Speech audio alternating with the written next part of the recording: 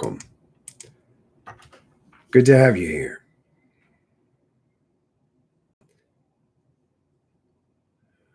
Heartbeat.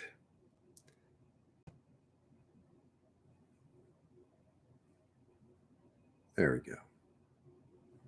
Always be able to find your heartbeat. Take a break, boom, find your heart beating.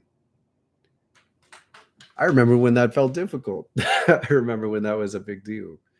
And I know plenty of you can do it naturally. And if you can't, I strongly encourage you to prioritize it. Oh no, the chat window is gone. Well, I can't see any chat messages. Somebody make a comment if you could, please, because I can't see any chat messages at the moment. The window's all different. I think I forgot to restrict it, but all messages are visible. That's all it says. There we go. Oh, thank you. I don't know what that's all about. Oh, welcome here, Christina, Kinsey, Angie. Thank you for being here. Good morning to you. Sound good? Everything's great. Here is an amazing day. This is an amazing day. I keep doing this, but I swear, I've got to let you know, I don't know how to contextualize me. I don't want to put myself down. I love how I did this. For a long time, I was obsessed with freestyling. I don't emphasize this here because my heart's a little broken that I was never able to connect my music in the world. So my heart's a little broken on that one. But the thing is, it's actually intrinsic in the work I do here. Because what I did was I made my mind fast. I got my mind to be really fast in a way that enabled me to channel. I learned to tune into different consciousness. And one of the first things that dawns on you is, oh my goodness, what on earth makes us think that everybody else, every other kind of being, operates on the same pace as us? It's one of the simplest things imaginable to change the pace of your consciousness. The other way is slow. You can go a lot faster, you can go a lot slower. The fact that we're operating on similar ranges of pace on Earth is entirely about something that we have in common here. Be present with this. It's really amazing. It's really amazing. And it puts your mind in a space where it's like, wait a second, it's not that we all operate this way, it's that human beings do. Most human beings.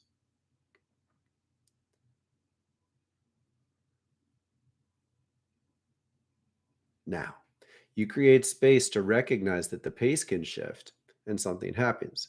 Oh, how do you take this on? That's what we're going to be talking about today. When you enter a world in which you can begin to recognize multiple communication in different kinds of ways, different paces in particular, I want you to know that there are certain basic survival skills you need. Let me say hi a little bit more. You guys are talking so fast, I'm not going to be able to read it all. Sarah, welcome here. I absolutely love how many people are here from Canada. I love Canada. We're close to Canada. We went on our honeymoon to Canada. We've gone on multiple trips. I love Canada. Alchemical Stardust, just from Arizona. Thank you for being here.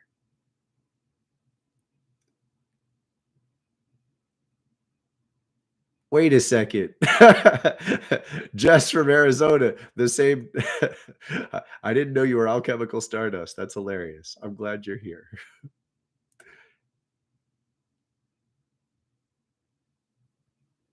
Good to see you all.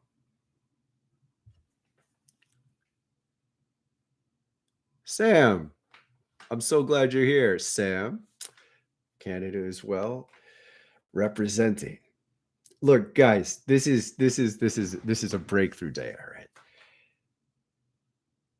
I've said this before, and I feel like a fraud for having to say it again, but it's just like entering this new level that I want to be able to share my enthusiasm, and I imagine you can feel it. For a long time, I committed to getting my awareness to the point where I didn't have to write everything down. I was finding that I was writing so much and I was covering all these pieces of paper and I was losing coherence when I wrote. And I was like, there's something about this modality of trying to retain information that isn't working for me. The spatial representation didn't work. And I was learning things more three-dimensionally. So I was like tuning into an idea and then leaving it. And then later it was getting more depth and color. And when I was trying to put it into linear, I was losing a dimension of it. So I started doing this thing where I was like, just trust that I'm going to remember this, that this stuff is not going to disappear. And I read a lot of people that I haven't talked about, but there's this guy, Daniel Dennett. He's a philosopher, and he shared this concept that he believes that memory is not actually cellular primarily. It's held in the world. And so I started recognizing this potential where I could essentially visit a consciousness space, do some work, and if I was graceful about it, kind of like being careful about how you step in a garden, then I could leave. And when I returned, it would feel familiar. It would feel very similar, and I could deepen my relationship with it when I was there. Now, this is all leading into how I want to explain this visual light language that's at the heart of how I give sessions. So there's a breakthrough day in very many ways. Now, I don't know how many of you will find this accessible. It's so valuable. So blessedly, it's recorded. And I'm going to do my best to address this theme again and again until I'm teaching it and sharing about it in a way that's very effective. So this whole like returning to a consciousness space ended up, I found mirrors. Now I haven't identified myself. I don't identify myself like in relation to other people very much. So I didn't hold on to, I don't know. I just didn't hold on. I held other people as like math geniuses or anything, but I just learned about them. And there's this one guy who was like incredible with his memory, like they call him the human calculator. And he was talking about how he would develop memory skills where he would imagine a room and he would leave numbers in the different corner of the room and then he could return and find them there. And I'm like, oh, yeah, that's kind of how I'm doing this. But like on this bigger picture, like I'm storing everything I'm learning in different locations. So I couldn't tell you all the things I was learning because I wasn't keeping a good overview. I was just sort of allowing myself to go back and work on this, and then I'd leave it and then go back and work on this. All these things developed. So for the past, is it 4 years now? I'm not even calculating properly. Ever since I started YouTube, I've just been trying to get out all the different critical things that I've learned. And gosh, I keep bumping into, oh yeah, I've got to share that too. But I'm getting to the point where I've gotten enough down that these new heights feel accessible. And the most crucial in many ways is what I want to work with today.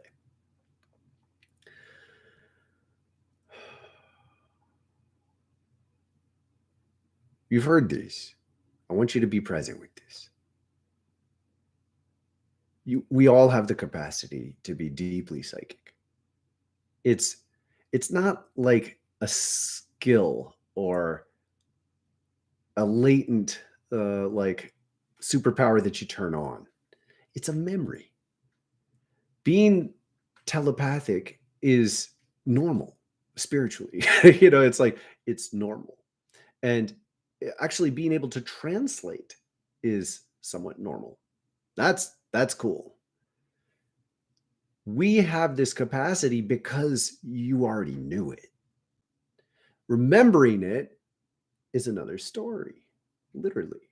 If you're going to remember this skill, there's a whole host of things that have to line up. You have to come to terms with all the baggage of karma that you still have. You have to come to terms with the karma you've passed through to a certain extent. You have to come to terms with the concept of reincarnation. You have to come to terms with the concept of incarnating to begin with. There's so much. And if you have any significant belief systems that are out of whack, it doesn't line up and you can't get there. It's amazing. It's like a gigantic complex combination lock. And that's why we address so many themes here. If you have any critical understanding off, about macro to micro, world history. If you have the story significantly wrong about what it is to live on Earth, there's a block to how far you can go. That's like that ends up being like baggage in your mind that's dense, it's heavy. Lies are heavy. You have to feed them. So anything that's not true, if you're holding it, it holds you down. That's why people hold them. Literally, people hold all sorts of false ideas because it's ballast. It keeps you down. It prevents you from opening up and learning so much. This is a big concept and it's really crucial. I tell you for the 100th time, the challenge is not turning on your awareness. The challenge is focusing it and keeping it centered. Not going haywire, not going too much. And I maintain that a wide range of the people who are diagnosed with different illnesses are essentially beginning to become aware on these other levels. And it's so confusing to integrate that it looks like we're sicker when we go through such things. And I want to say we, because I certainly have. I went through years of feeling like I must be sick. There must be something wrong with me. And if you trust that instinct, what you'll find is you are sick. You're carrying woundedness and wounded karma. And if you focus it in that way, you can identify the traumas you carry and heal them. But if you allow it to be vague, like you have some kind of named condition, it's just vague. It's just like putting you in a pen it's gonna make you further confused, because it'll keep you away from the truths that lead back to this latent ability you have to communicate much more intimately. Now, I'm not a big believer in this whole like we are all one and like there is no separation and stuff like that. I say this occasionally, but I want to emphasize it. It's annoying. Really. What we're getting at here is we're all of God. We are. You can identify as not that, and then you create a subcategory of yourself that's separated off. It's twisted away from the universal truth. That's what we've done. That's what we've done. That's what living on Earth in the human story is. It's a rejection. It's a rejection of the universe. God, the universe. You do need to come to terms with the fact that this is real. The universe is, there's one coherent verse that connects us all. And then people can say, there's one verse, I am not that verse. Of course, you are still. You're connected to it, but you're rejecting it. But it's like you're taking energy and you're twisting it like this, and you're creating this boundary. You're saying, that twist is a fundamental distinction. I am differentiated from all this. And then you become associated with everyone else who does that. And you forget everything. That's what we've done. That's what we have done. That's what it is to be in this. And so the process of returning to unity is really about eliminating the false idea in your head. It's fun. That's why we do it. It's exciting. It's exciting to forget it all. And then like a kid winding up a swing. I'm not kidding. This is what we've done. It's like a kid. You wind up a swing and then you let go and you start to spin like this. And the whole energy unwinds and eventually you go back into unity, and the connection into unity is clear. So when it's tight, you can't really get much through that link. Seriously, think of it as like energy links that connect you to the divine vine of life. And they're twisted up and you can't get much energy through, and then you undo it and you're open. When you're open, but you've been born in a body, you've identified with English and vision and hearing and touch. This is what you know. And then you open these channels. It's like, whoa, blasting. It's so much. This is the art of awakening. This is the art of remembering. And when you do this, as you do this, there are tools that you can have to mediate this consciously. In order for them to work, you first have to really believe that this is the problem. The problem isn't, give me my message, give me my divine proof. None of that. If you're still in that mindset, just stop. You'll get it. You want to be nervous. You need to be worried. If you're not getting it yet, it's because there's problems in the way. Just focus on the problems. It's much more effective. So here's that turns when you start to say, okay, if I can have these wide open psychic connections and I can take on so much information, How do I mediate that? How do I become at peace with that? The chakras.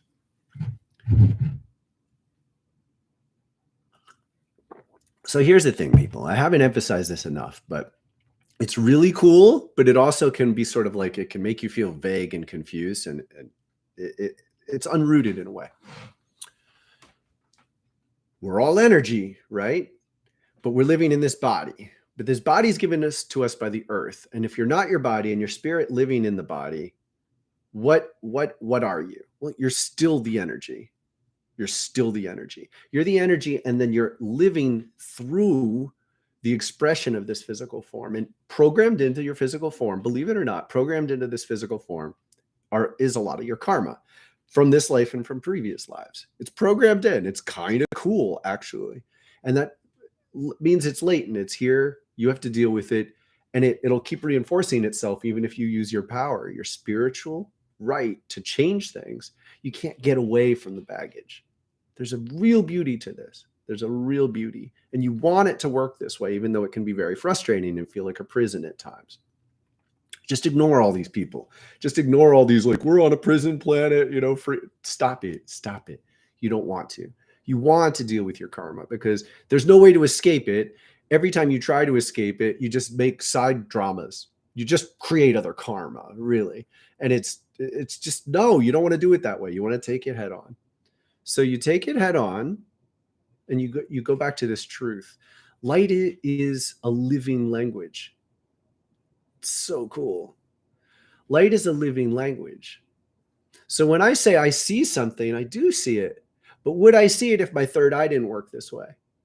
What I'm seeing is the mediation between my third eye and you, which means I'm changing and you're changing when we see each other in this way. Now, this is quantum physics. Quantum physicists prove that what you observe changes when you observe it. So when you are observed by me, seeing your energy, it's changing you. And you're putting a lot of trust in my hands in that, which is why I try to be as transparent as I can. You know, it's like, here I am. These are my influences. This is what I do. When I freak out, I pray to love. These are the angels I pray to. It matters. It matters, because being witnessed changes what is. But this is the even more intimate thing. So I've been struggling with the fact that for the first time in years, I'm doing these readings on you all, and I'm starting to see things I didn't see before. Like recently, I've seen these diagonal lines, and they're sharp. It's like I'm seeing color, but like I'm seeing it in the chakra like this, right? And like this side is one color and this side is another color. What the fuck? Like, I haven't seen things this harsh before. And part of me has been a little skeptical. I'm like, how could it be so distinctly linear? You know, like that doesn't feel organic at all. So I'm asking questions into it, and they're like, you know this already. You know this. You know this. And I'm like putting together what I know. And it's like, okay, look, when I see you, I'm seeing your spirit, and your spirit's communicating with me. And your spirit tells me what your spirit needs to tell me. And I can only realize what I'm capable of putting together. So I literally won't see things until I'm capable of understanding some of them, which is part of why I didn't see this before. So like built into the conversation, my spirit and your spirit are like, you know, he can't get that yet. So don't even bother. So I literally don't see things. I got the answer. I'm really excited about it, because a couple of you have been asking. This means that there's a dominant struggle between the left and right side of the chakra, between the receptive and assertive side of your energy field. And there's a dominant struggle, but it's not healthy. You want them to be in balance. So immediately you get to know both that there's a dominant struggle and what that struggle is. And I'm seeing different colors on either side. So that immediately gives me more information.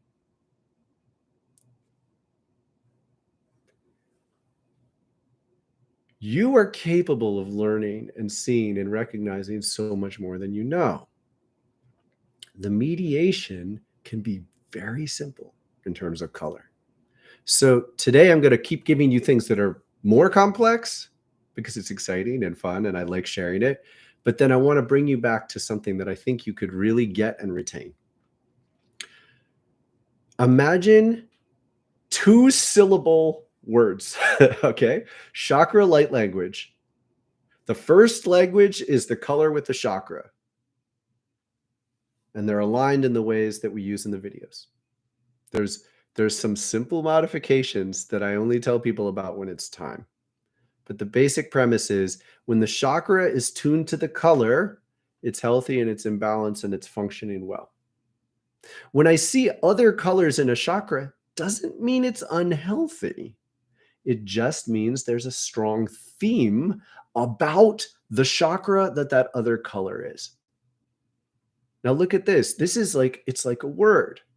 If there is red energy in the third eye, it means my third eye is thinking about the root. If it was the other way around, if there was purple energy, slightly more violety. I'm not at peace with the words yet, but you can see the hues. If there's this, it's more towards violet. There's a violet energy in the root.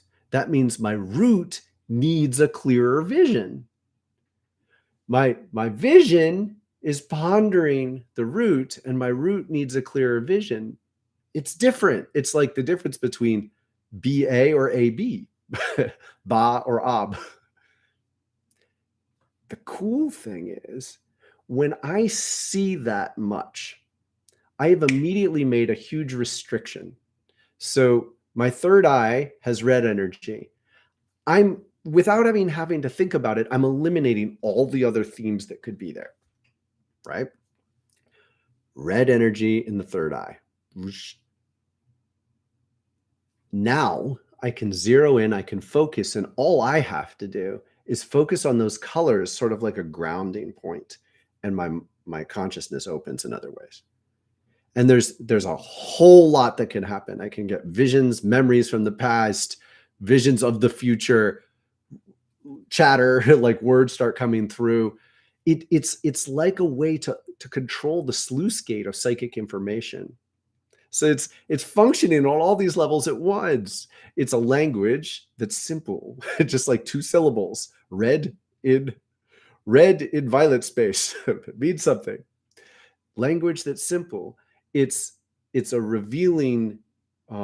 It's a revealing that allows grounding.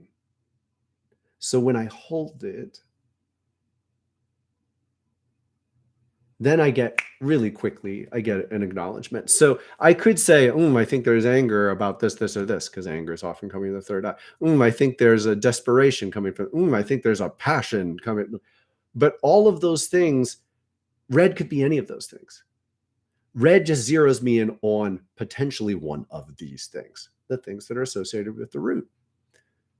It's very, very powerful. And what it does for any of you, and I know plenty of people who watch my channel have woken up psychically in a wide range of ways. So you must have some degree of experience with how confusing it can be to come to terms with. And I'm adamant. I just want to tell you again and again, the problem is this confusion. Many, many people wake up psychically and they identify with it and they love it, but secretly they struggle against the boundary. Like they don't feel like it's as effective as they want it to be. I'm telling you, just change your relationship. Be afraid of it being too effective. If you make that a more prominent focus, you'll actually wake up more and more and more psychically. I don't push it at all. Like I have no need to, because psychic shit happens to me all the time. And the reason it happens to me all the time is because it's like, I hesitate to say, but caution, it's like, it's a built-in caution. But what it ends up being practically is this fascination with the language. Now, this is the part that's hard to get, right?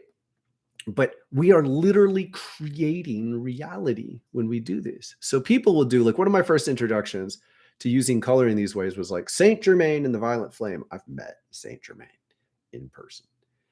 Saint Germain and the Violet Flame. That's what you're supposed to do. You could do that whenever you need protection, or you could do it whenever you lost something. You can throw out a violet lasso and just imagine it going to find it, right? The Saint Germain and the Violet Flame. And so I'd imagine violet light and I'd feel a cleansing. Well, when you imagine light of different colors, you're impacting yourself. So imagining colors more than it's a living language. You are literally recreating reality. And the more effective you get at this, the more you're actually affecting the physical body. For this to be functional, you have to really get yourself into this space where it's like, no, this is your natural state. Don't think of it as over here and you're trying to get there. Imagine you're just you're a nothingness floating in space, and your first power is to make a ball. You make a ball of energy, and then you're like, okay, I'm hanging out in this ball. I just did something. Your second power is to make another ball. Eventually, boom, boom, you can make 12. Actually, you make 13. So you make one ball, and then you can make 12 balls around that ball. And those are the most balls that you can touch for the first ball. This is an energetic activity that you can do. You imagine making a ball around yourself, and then you imagine other balls around you. There's your chakras. Wait, 13. I thought there were 12 chakras. Keys matter. So here's what you're doing when you make a choice of a color to use. You're setting a tone, a key. Now, when you set a key of music, you're suggesting that all the other notes sound something in relation to that note. Every song you've ever loved exists in a key. Now, some of them change key. Why are there so many songs about rainbows? And what's on the other side? And then there's the bridge later. So we've been told, and some choose to believe it. I know they're wrong. Wait and see. All of us under its spell. We know that it's probably magic. Who said that every wish? That's a key change. Now, I don't know if you can follow it great, but that's a key change. I'm blaming myself. A key change means you're changing the foundation note, and all the other notes fall into play. We can do this with color. So what we're doing when I give you one chakra to work with, I'm trying to put you in one key. I'm doing a very simple version of it. Now, there are more complicated ways to do this, but I might be connecting with someone for the first time, like I want to give you something simple to work with.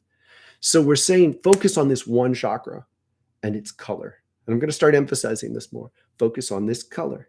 And if you focus on the color of the chakra, you're going to help ground this in your life more. And other things fall into place. The principle is if you focus in this way, you don't have to deal with all your problems mentally. Some of them will change. Our goal is to give you the influence to change yourself as dynamically as possible without becoming overwhelmed. So this language ends up revealing the way to make that possible. I do readings in person. And when I do work in person, there's this added layer because I literally see energy. Now, I don't want to create too much distance between what I can do and what you can do. It's part of my calling to teach how to do this. But I am repeatedly kind of reminded that I'm a little bit extreme, and it might be dysfunctional to imagine you could emulate this. I see energy in person, and I'm not encouraging anyone to try to take the steps that I took to get to this. For one thing, when I was a kid, I remember it happening. So to what extent I was born with this and it's my calling, and you just can't do this, I don't know. I see energy in person that shows me long-term patterns, and the long-term patterns don't change as readily. So often I will see something by staring at someone's body, and then I'll close my eyes and I'll see something slightly different. When I close my eyes, I'm just imagining a generic chakra figure on them. And then I imagine the chakras. And that's what I do when I read you guys. I just imagine a generic chakra figure, and then I imagine the chakras on them. And then I just scan quickly to see where the color is. Where's the vibrancy or the anomaly in the other direction, like hollow or broken? All sorts of stuff appears. But the simple version is I then tune in and say, where's the color most pronounced, or where's there a lot of black or smudging? Whatever is most pronounced overall, I go there first. And then I evaluate, what am I looking at? The next evaluation is that color in tune with the chakra, or is it from another chakra? because it's a really cool message if it's energy from another chakra. So if my third eye is thinking about the root, that's a profound amount of information to know. So now I can tell someone, hey, look, I think you should just contemplate your root for a while. And then when I tune into it and I stare at the red within a violet sphere, essentially, I will get things like, over time, I get like time frames. I'll be like 3, no, 4. And as I'm imagining different time frames, the color comes into greater coherence. So I'm playing like this game of hot cold with what I see.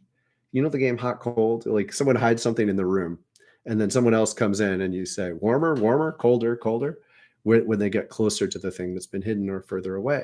So the vision does that too. And so the chakra will come more into coherence. Whatever message is trying to be given to me actually looks clearer when I state it more clearly in words. And that's why I'll hesitate and pause sometimes. And I'm watching the color change. It's magnificent. It's so cool. And it's only working more effectively, which is also really exciting for me. So then it comes into more coherence. And usually there's a sort of a click, like, that's enough. And so this is an intuitive thing that you just have to kind of experience gets it. But okay, what else? And I just expand my range and say, what else am I seeing? And typically now I'm surrendered in a way that my attention will be drawn to the most like necessary place to work next. And a lot of this is trust. Like as I trust my instincts, the instincts become more built in and I trust my instincts more. But at first you just have to try. And realistically, yes, we do influence things by the way we see, but there's some resilience. And that's what the body gives us. Our bodies give us resilience because we have this capacity to change our spirit. And it's, if we were all just light balls floating in space, every time you imagine something different, it changes. And that's drastically influential. It means every time you just worry a little, the whole light ball starts to shake.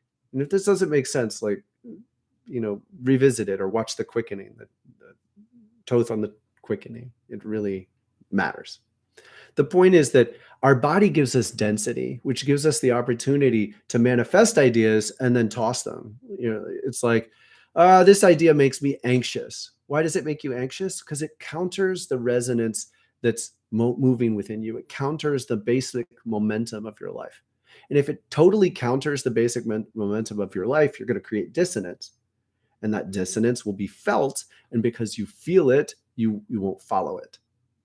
This is all what happens while we're learning. This is a way to give us access to our spiritual power without giving us too much power. And the beauty is it all leads us towards the problems. The problems are baggage, and I maintain, and I want to emphasize to you, people, we keep our problems because we're scared to let them go. We're scared of what will happen, and ultimately scared of the magnificence of all of this because it's fucking overwhelming. Have you ever been so inspired and like turned on that you just can't sleep? You can't sleep. You can't sleep. You know, there's your awareness starts to wake up this much, and it can be very daunting. And this is a bigger concern than praying, turn on my awareness, turn on my awareness, turn on my awareness. When your awareness wakes up this much, you want the simplicity of focusing in on a discipline. And the discipline, here's this initial discipline, is just this chakra language. So first, you memorize the connections. Now, I'm encouraging you to basically memorize those pages on the website. There's I spent like 2 years writing those 12 pages.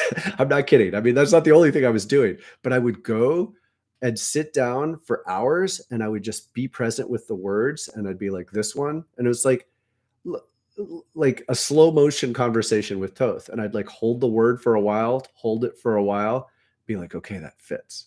And he's like helping me veto. And I was shocked that he invited me to use the same number, like use 5 of this, 8 of this, 10 of this, like 10 dysfunctions, 5 enlightenments, 8 questions. And I was shocked, but it helped me focus. And so I was just meditating on each one, meditating in. And then over weeks, I would just revisit it and I'd be like, what's wrong with this? I can't get it. I don't understand. What are you trying to tell me? And it was frustrating. But slowly I would learn to bridge this gap between tuning in and allowing what fit to be there, because it resonated and it was all in harmony, in a harmony that was really deep. So if you study those pages, it's valuable information. Now you know the language of each chakra. You know what each chakra means. The next step is to start combining them. And we're like, look, you don't need to do more than 2 combinations. I'm going to teach a 4th course. Well, we're on the 2nd course right now, and I love it. I love how this is going, and it's unleashing me to teach all this stuff. I'm going to teach a 4th course that's going to talk about 3 chakra combinations. But until then, we're not even going to touch that much. 2 combinations is enough for years and years and years of insight. And here's the simple version. If I have green in my navel, what does that mean to you? Just think about it for a second together. What does it mean to you to have green in the navel? Well, first of all, I start feeling my navel, because the one that it's in, be there. So you're feeling your navel and you're thinking, love, the power of love. Okay, the power of love. So what does that evoke for you? The power of love. Now, one thing I encourage you to try is there's 3 words associated with every chakra. If you're going to memorize anything, just memorize those 3 words. Start there. Like, don't worry about all the lists yet. Do that as you study. The 3 words make up sentences with 2 of them. So if I say there's green in the navel, you make up a sentence using any one of the words from each chakra. The power of love. That means something. So now I've done a reading on, I see green in someone's navel and I think the power of love. As soon as I think the power of love, I start breathing and I'll get a story about what's going on. And often it's something like, you are misunderstanding the power of love, and you need to trust it more. You're facing a fear and you need to trust that love can face this fear. Or you're misusing the power of love. Someone else is trusting you and you're misleading them, using the power of their love over them in a way that's unhealthy. But if that's the case, there's a taint to the color. There's like a smudginess. Now, this is where I'm probably sharing, more than can be incorporated all at once. But there's also these layers of vibrancy. So there's a very specific difference between seeing sort of it's not pastel, but it's like a child just draws it almost. So it's like a color drawn on the chakra. So it's flat, or there's depth to it. Like I'm seeing into a living fire. If it's flat, what that tells me is this person has successfully focused themselves in health in this chakra, but it's covering up baggage in this chakra. The baggage it's latent. It's not fighting, but they need to get in there and unpack it. It's like, and it often means it's a good time to trust yourself, because the color's clear, it's clean, it's not smudged or anything. But that pastelness shows me that they can't embrace the depth. And you can't embrace the depth because that baggage is being zeroed underneath it. I need to use this word more and more because people are really getting it in the first course. And it's such a crucial understanding. Zeroing means 2 forces within you are negating each other. Usually a wound or a pain is being negated by you have to use up some of your allowance of energy to negate it. So when I see a sort of a flattened color on top of someone's chakra, I know there's something being zeroed underneath. Now, as soon as I ask what's being zeroed, I get an answer. So you have to know what to ask. The big challenge of opening yourself psychically and receiving tons and tons of information is that you receive too much information. You don't know how to focus. When you know how to take the reins to an extent, when I ask a question and I get a specific answer, it's not so hard to keep my focus there. Maintaining your focus on the psychic theme that you're working with matters. And until you get used to it, it's like something else can just bump into you as soon as you get deep. As soon as you get a little deep, you get your feet into the water, you're trying to learn one thing, and then you get jostled, and like all of a sudden you're like, oh my God, the universe is so amazing. Oh my God, the grass is talking to me. And you lose your sense of reality. And the people, this happens all the time. You start to open your psychic awareness and you just follow every Alice in Wonderland rabbit hole. There's way too many. I don't even bother anymore. Like, I haven't done hallucinogens in well over 10 years. Like, it's boring comparatively. There's no point. Like, of course there's a lot of richness in the world. You want to know one of the most amazing things? Let me tell you, I'm going to tell you this radical. It's the most amazing trip you can possibly imagine. There are these bodies, right? You can be in this body and you can run and it feels really good. And you could do these like back bends that release energy that like blows open your heart and it feels amazing. And oh my God, chocolate. Chocolate's really cool. And music. Do you like music? Do you know how to sing? Oh, do you tell yourself you can't sing?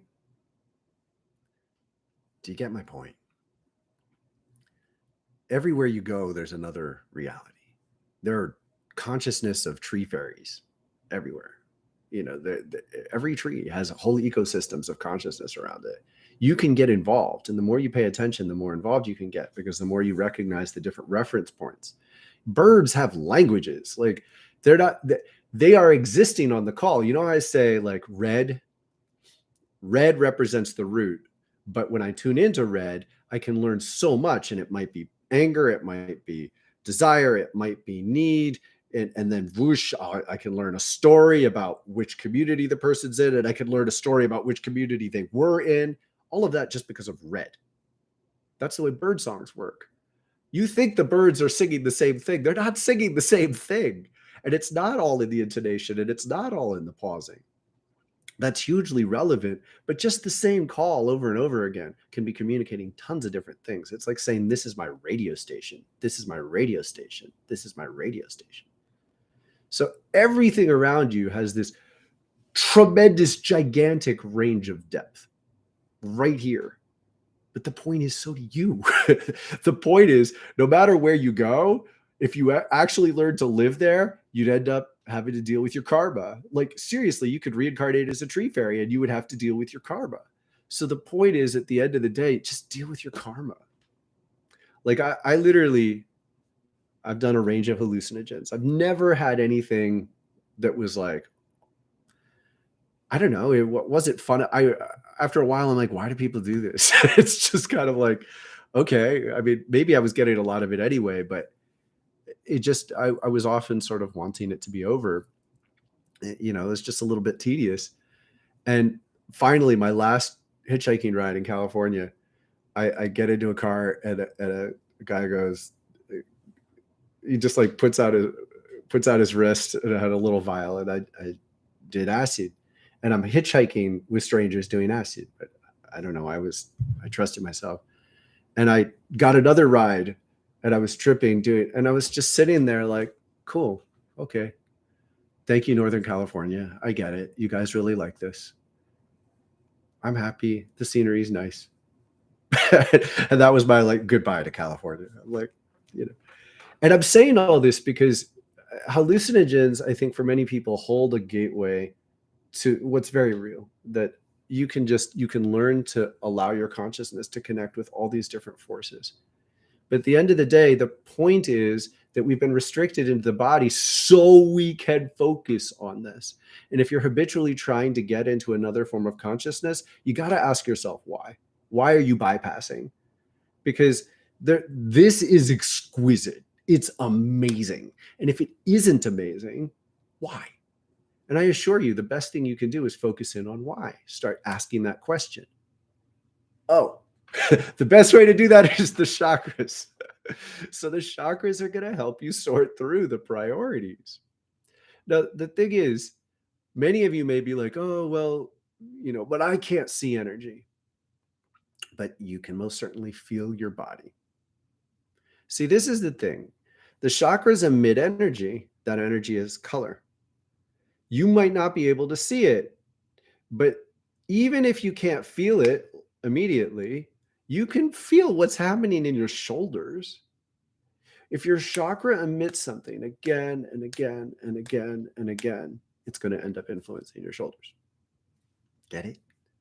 Now, the next steps are, this is all stuff you can do. If you stub your knee, you've been moving your body in a way that's out of balance. If you've been moving your body in a way that's out of balance that hurts your knee, trust that there's something about your root that needs attention. This is a step you can take. Now, if you sit in disbelief, you're less likely to take it. This is an action. If you stub your knee, stop and breathe into your root and just be more open to learning about what's going on for you, rootedness, what needs are not getting met. If you're moving out of balance, chances are some needs aren't getting met. Now you can go further if you can see it. So something that could happen, I tune into my root, I immediately see some violet light, my vision. So my vision about my needs,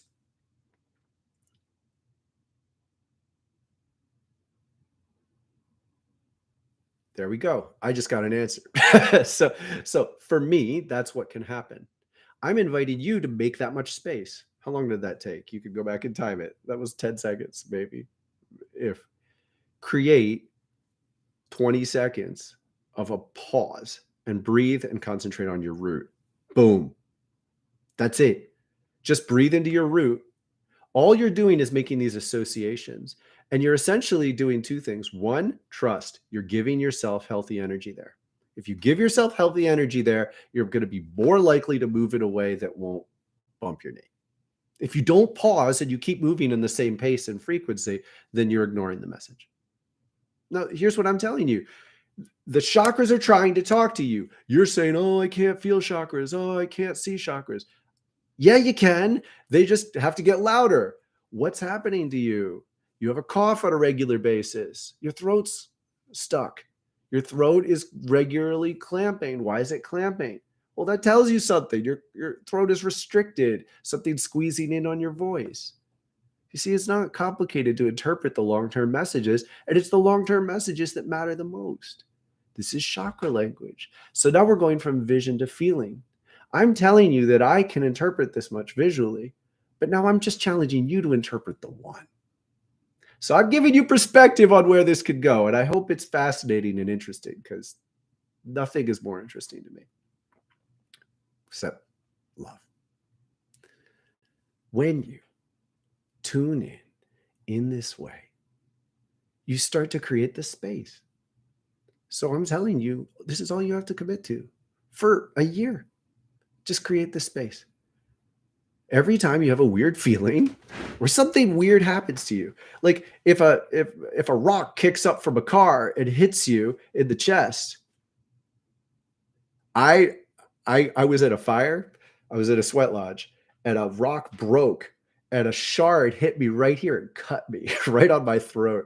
And for the next couple months, I sang so much deeper, and I swear my pitch raised. If you believe it, it works better. So all you have to do is just give it credence. Every single one here, every single person listening now and who will listen in the future can make an association. I want you to do one thing. And we're going to do this exercise.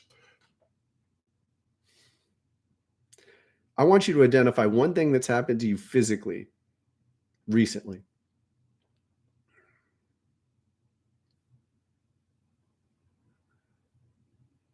Which chakra is it? That's it. One thing that's happened to you physically that's just draws your attention. And when I say happened to you, I mean it. I mean, it's not like, it's not out of your control. It might be happening from within you, but it's like you didn't induce it on purpose. Now, breathe there. So we're all going to do this together. Breathe into the chakra you just chose. We're going to do 3 or 5 breaths. And as you breathe, you're going to breathe in a way that helps you focus there more. So deep or shallow, doesn't matter. The only guidance is to breathe in a way that helps you focus there more.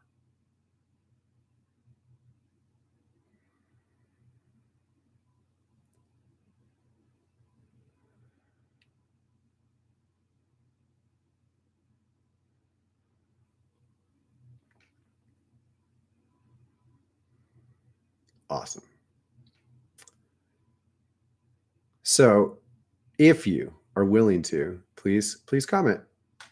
Like 2 sentences. What happened and which chakra did you choose? That's it. And if this doesn't work, this doesn't work. While you do, I'll tell you what I just learned. Because in that much time, 3 to 5 breaths, I just learned. I had stuff happening with my root. I had trouble sitting in a way I normally. I sit a lot. I meditate a lot. And I had trouble. Pronounced enough that I'm like, what's going on? I've been carrying a dream for a long time, and I've talked about it here occasionally. I've made some videos over the years about this dream of how capitalism is changing and is going to change much more in the future. And when I initially learned this, I took on a deep responsibility for it happening. So occasionally my dreams of the future get derailed, drawn in a different direction.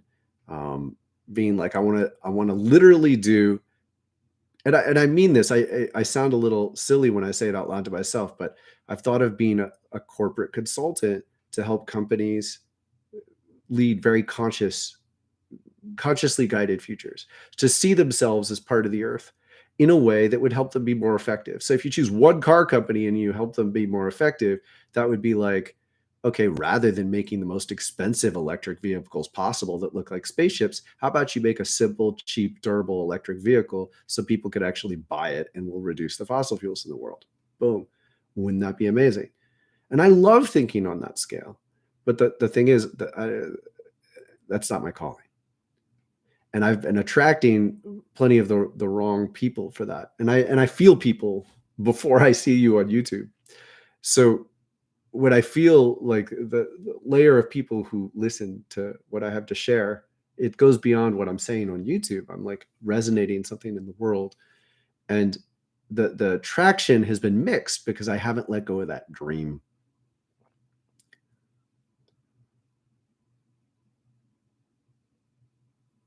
And all I get is, I don't have to go to anybody. If anybody really wants my help to change their corporate guidance, they can come to me. They can sign up for a session. It can be that simple. I'm not going on tour to corporate boardrooms at all. I have no desire, none.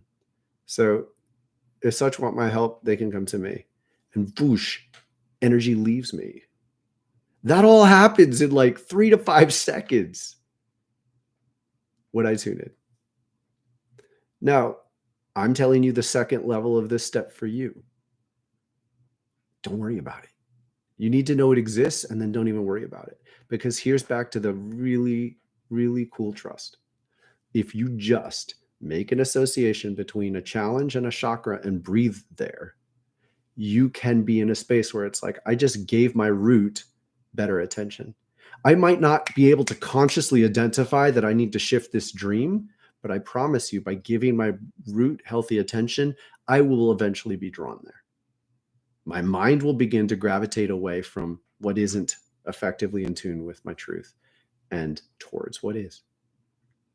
And you know what happens?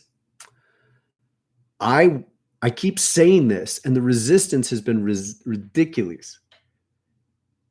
Next week, I'm taking off holidays. But starting in 2023, I want this to be far more full of exercises and prayers. Now, I said that before, but I think I needed this one. Far more full of exercises and prayers. And in that, I don't know what it'll look like. But whenever I've asked what the truth of my calling is, I get brought into it more and more and more. And it's where my fear is, like sharing what is truest to me and most caring to me.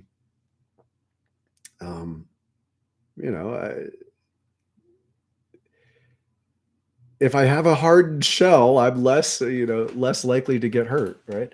So these feelings are truest and most special, and that's what I'm supposed to be doing. When we sit in presence with each other and increasingly intentionally align, even in the moment, and then invite other people to participate in that later, the seed we create live can be profoundly influential.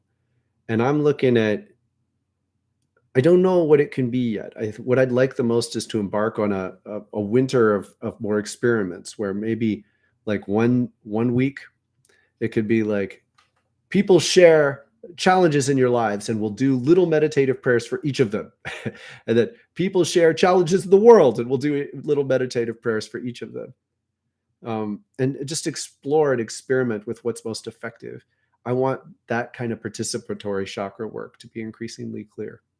And maybe though, there's space for these informational ones time to time.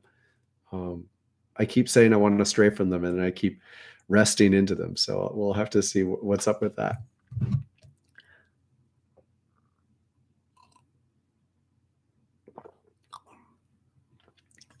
Well, Angie, I just tuned into your corporate boardroom sounds super icky.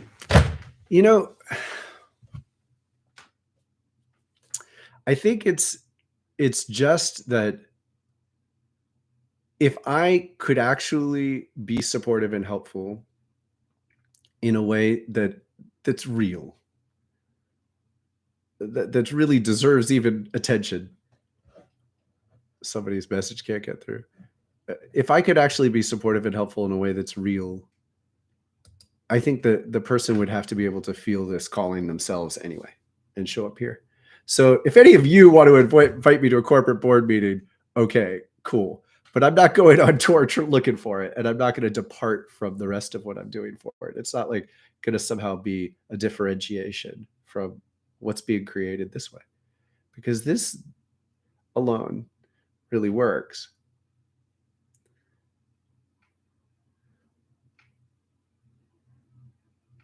Awesome, Kinsey. Oh, that's what I let through. I'm sorry.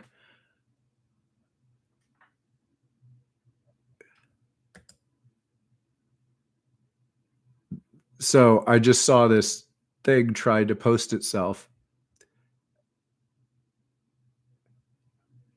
I just said no. Damn it. I'm going to have to. Can I make a moderator who can cut those things? I think it's possible.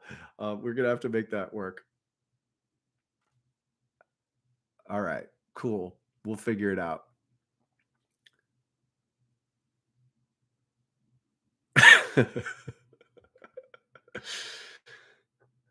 There's something missing. So here we go. Oh, please click like. There's a last piece of the language. Oh, who of you can close your eyes and see energy in your chakras? Right now, if you're willing to say so, tell us. Please share while I take a little break. And be clear, if you can see it, that's the biggest barrier I know. I can teach you how to perfect it. So keep that in mind, because I don't necessarily know how to teach you how to see it, but I do believe it's possible to learn. I do know how to teach you how to become more effective at it. So I believe it's important to be introduced to the idea before it's possible. And hopefully we've done that today. I'm going to be back in a little bit. We're going to do readings. When we do the readings, I definitely appreciate donations. It matters. It makes me smile. And if you know how to make the colors change or whatever, I just so you know, I'm not measuring amounts or anything. So I don't want to like give more thanks to someone who gives less. It's just, it means a lot when someone takes the gesture to give up yourself. I don't know how much you make. So, $1 feels great. $5 feels great. Thank you for whatever you can give. I'll be back soon. And in the meantime, talk about it. Do you see energy? Can you close your eyes, tune in? And if you can see it in others, say that as well.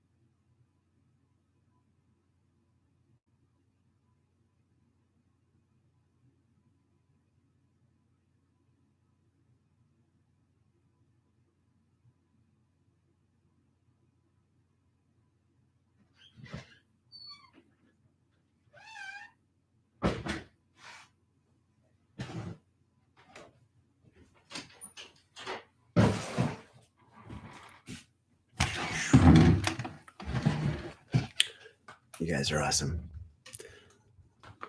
All right. I will do a few readings. I want to give you what you need more than what you want. So something I'm going to concentrate on today is sometimes I can feel a magnetism of more, and I'm going to ask you to trust that I'm tuning in and I'm really putting a high level of importance on saying, what do they actually need? Not necessarily what do they think they need. If I cut it shorter, it's often because it can be really challenging for people to stay with exactly one thing. So I'll offer more if it's needed, but if I've only said something small, really maybe double down on and be with it, because I want to put this in your hands. I want to help activate your ability to tune into your spirit. And sometimes less is more. All right. First reading. Elora.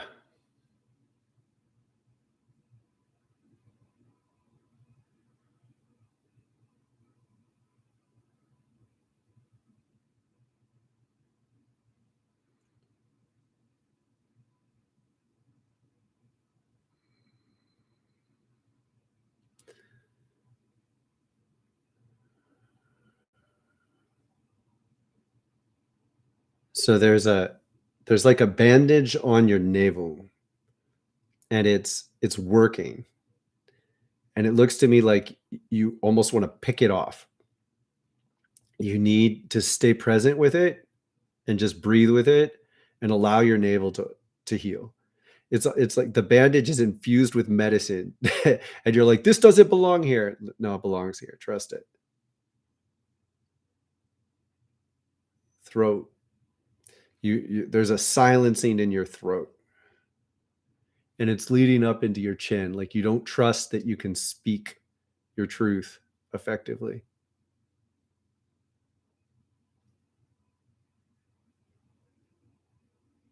I'm going to ask again if this is right before I say it.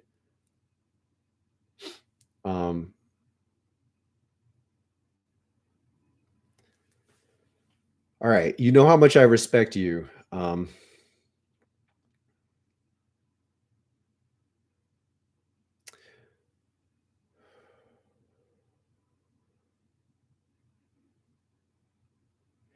Whenever someone gets violated, you can feel the presence of the person who's violating you.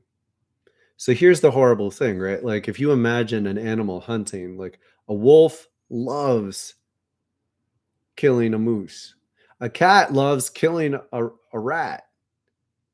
When they're mixed, the joy of the cat is present in the pain of the rat.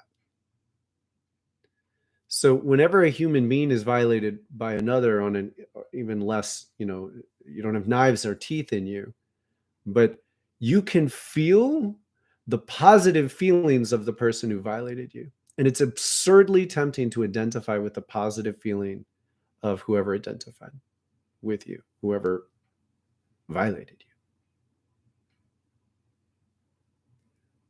You still have a lack of trust in expressing yourself because you're so tuned to that presence of violation.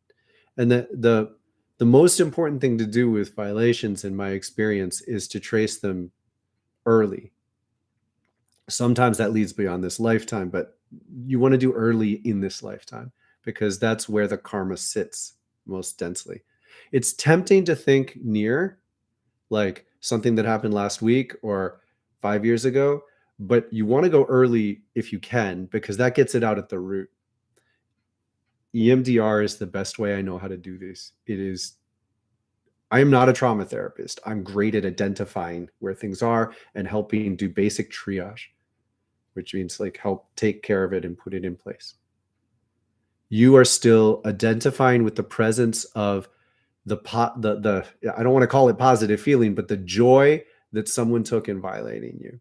And you can feel it, and it's tempting to stay with that rather than oppose it. When you oppose it, the threat of it coming back at you is too present.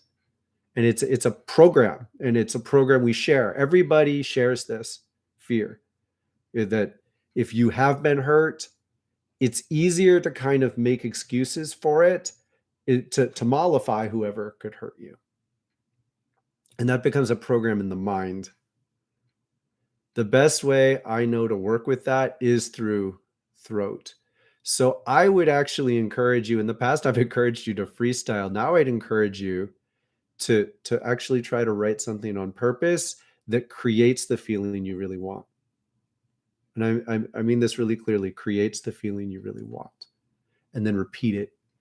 Because something in you is afraid to repeat the joy that you want to create, because it's latently afraid of the backlash. That's it. Thank you, Angie, so much.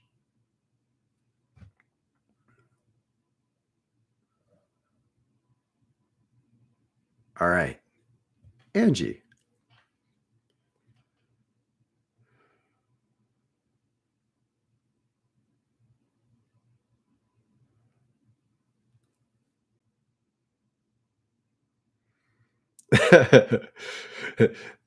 Your third eye is thinking about owning your power, and you immediately are hesitant, like you don't like the idea of identified with power, but then, well, if I did it lovingly, and then you drift off.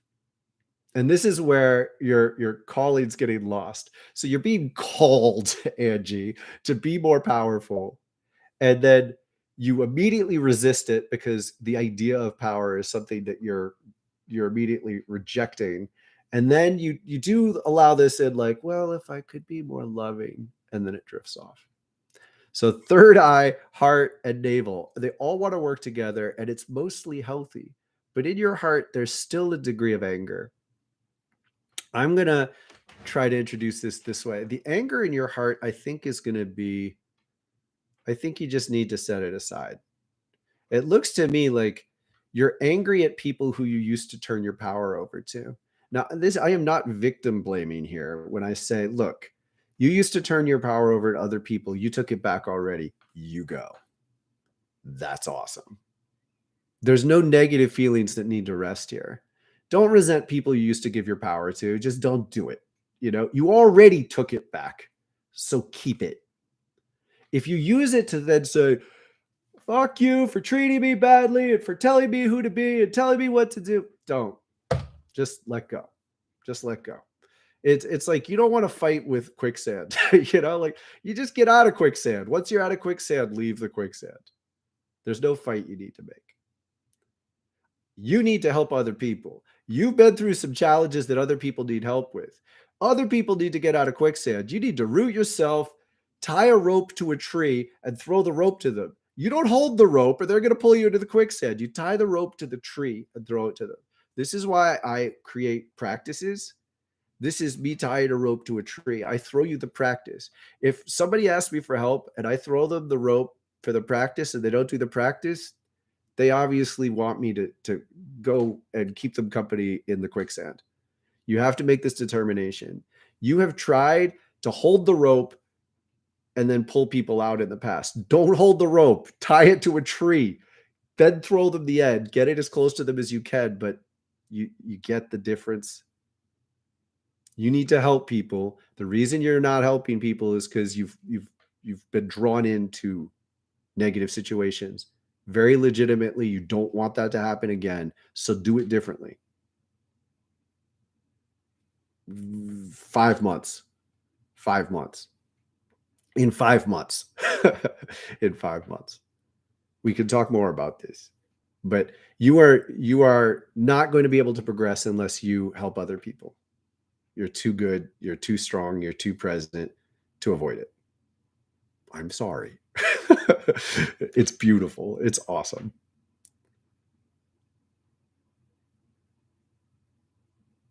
See that you still think that the power is tainted. I think you legitimately question yourself for mistakes you made in the past.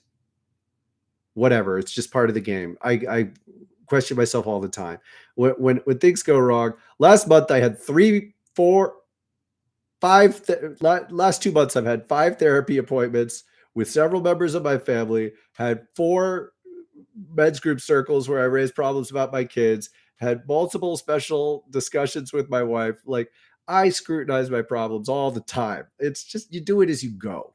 You don't do it ahead of time. You take care of your major shit, and then it becomes time to start taking care of other people, and then you still take care of yourself, but you do it as you go. You're stopping yourself from progressing.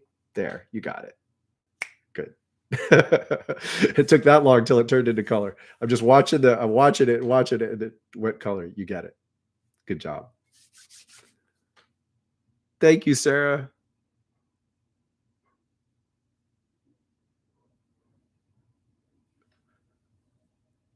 Well, I watched you change. It was pretty cool, Angie. That was really beautiful, Angie. You've got so much to give this way. I want you to be teaching people yoga in 5 months. Just telling you. Christina. 20 minutes. You can do it. Okay, Christina.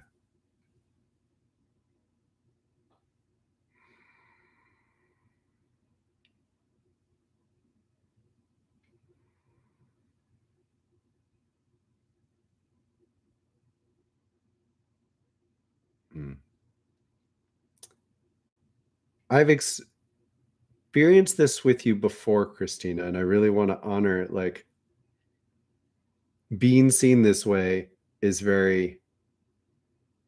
it's a big deal.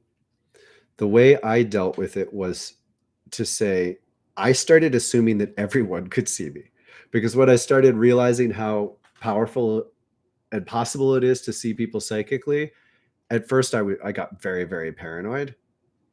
And then I just said, everybody can see me this way, but everybody sees everything, and they can't be bothered for the most part. Then I breathed and put myself into a vibration that was healthier. It is very hard to trust that the people we come across in life, we have some degree of karma with. But it looks to me like you've been hurt in the past in ways that make it hard for you to trust. I don't know the perfect words for this, because this is not about you deserve it. This is not about it's your fault, ever.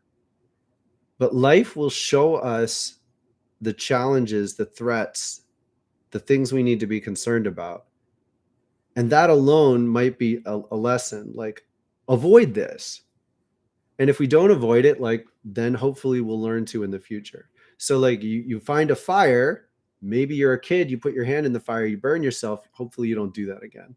Maybe you can try to look into your past and see it with that level of simplicity. Some of the things that hurt you, it was just about like as simple as learn not to do that again. Okay. So there we have your navel, and your navel is very strong and clear, and there's a, not clear, but there's a vibrancy to it, but it's a lot of protected energy, a lot of protect energy. And the vibrancy gives me the sense that you've needed to do this. Like, you've needed to. You've been, in the past, you've been too trusting. So you needed to teach yourself to be far more restrained. Good job. Now let's look at this trusting and see, can you get back into a more trusting space with discretion? Because you've lost something. The part of you that used to be really trusting is beautiful. It's just you ended up like, I could go into the fire. Like, that was you, right? You want to get that back with discretion. No, I'm not going to go into the fire. But you don't want to feel tainted, feel like broken, like your spirit was. There we go. So what can we do? I would like you to work in your third eye. I would invite you to work in your third eye, to just create a vision of 2 years from now where you feel confident to be more trusting. You feel confident that you have a good intuition about where you can step into things and where it would just be wise to step around them. That much. See that in your future. See in your future that you can build up the gut instincts, because underneath this protection you've put around your navel is a powerful navel that you can learn to trust more, to give you clear insight on what to trust and what not to. You've been saying no to a lot of things because of ways you've been hurt. Don't change that tomorrow. 2 years from now, see yourself as someone who's standing tall and knowing how to navigate through life with your gut instincts sharp. Core yoga. I'm going to invite this a lot, but there's a core yoga practice. It's linked in the community space on this channel. It goes to the yoga channel. I love this practice. It's really good and it's great for your core. Working on your core is a good thing for most people to do. You could really use it. Awesome. Christopher, thank you so much, Kinsey. This makes a world of difference.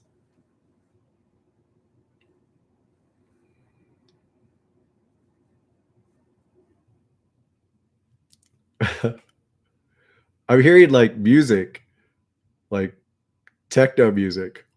Wow, wow, wow, wow. Oh, and you're kind of lost in it. So I'm going to go with this because I feel a hesitation at the same time. But my sense is that part of you feels lost in a social scene that doesn't fit for you, like technological in particular. Nature emphasis more important than ever. And I would actively encourage you to think about just no longer daydreaming about participating in certain things that are just too out of tune with you. Like at a certain point, I just wouldn't encourage you to try anymore. And that sucks if, other people you love are doing things, but there are plenty of ways to share, and you don't have to like sever friendships if you don't go to I don't even know if you've ever gone to a techno party or something, but it doesn't look to me like you fit there. Your root has a lot of vibrancy and a lot of need, like a lot of need for nature.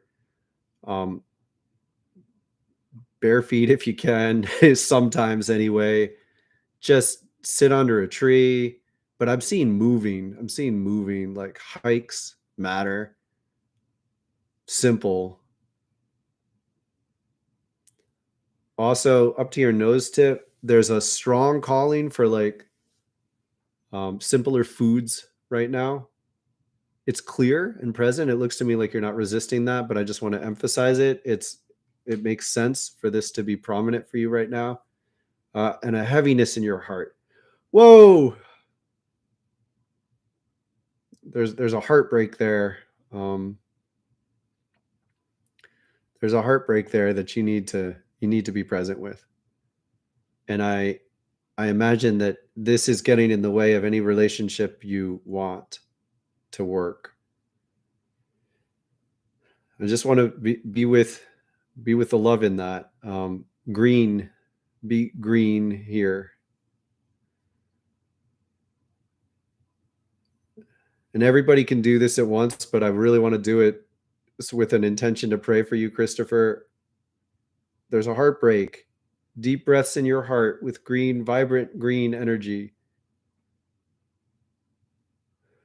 Trusting that when you take care of your heart, the right things happen. A frantic mind is a frantic mind.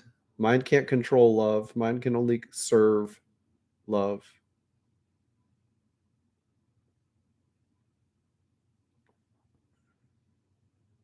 You have some healing to do from a past relationship, and it's going to take you some time and some processing. One of the key gifts I know of is you don't have to talk to people in your past, but you do have to talk to someone about what's happened.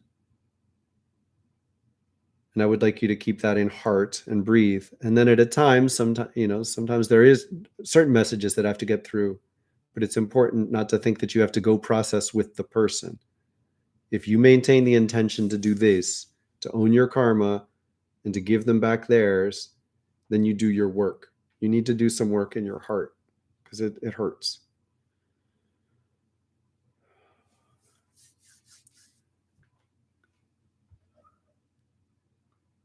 All right. Thank you so much, Claudia. Alchemical stardust.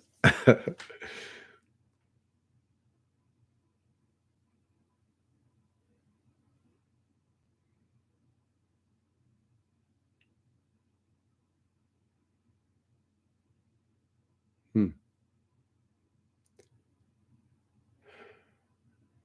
So there's this rainbow that starts to come through in your heart in a very healthy way, and then there's a black, and it's like everything's working, and then and it almost looks like it's almost like a grudge.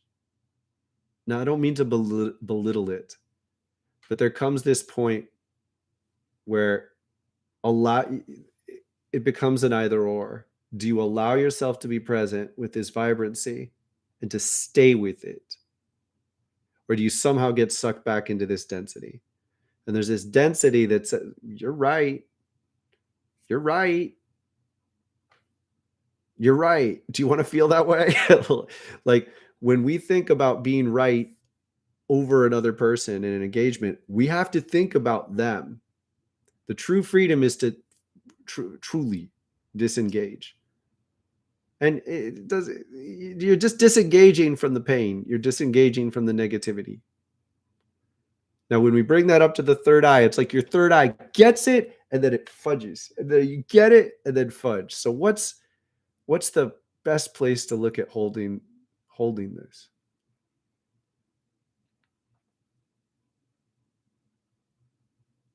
It looks to me like there's space in the throat to just really focus on communicating something that has nothing to do with some of this baggage.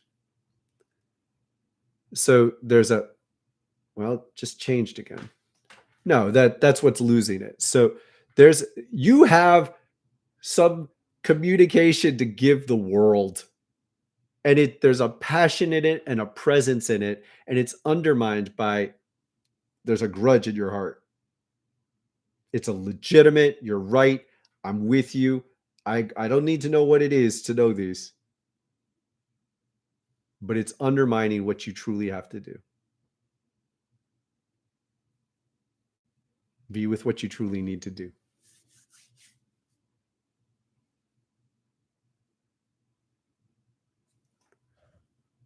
Ryan.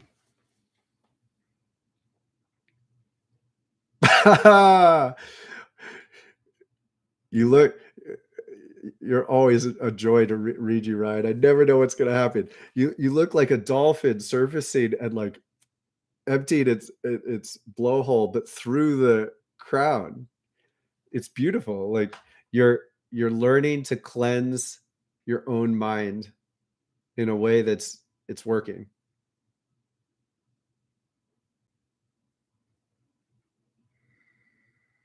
It looks to me like there's a degree of paradigm slapping on it. So I'm going to use this example because I don't think you'll like it. Maybe you will, but I just saw an interview with Warren Buffett, the finance guy, and he said someone came to him and said, "How do I become a millionaire by the time I'm 25?" And he said something like, "Well, you shouldn't even bother doing this, or this until you're 30." And the guy said, "Yeah, but that's not what you did." And he said, "Yeah, but I wasn't asking you for advice. I knew what to do inside me." So it looks like to me, there's a degree to which you're slapping comparisons on yourself with like even old authors, like old philosophers. And I would just discard it because we live in a world built on them. So it's impossible to compare ourselves to that.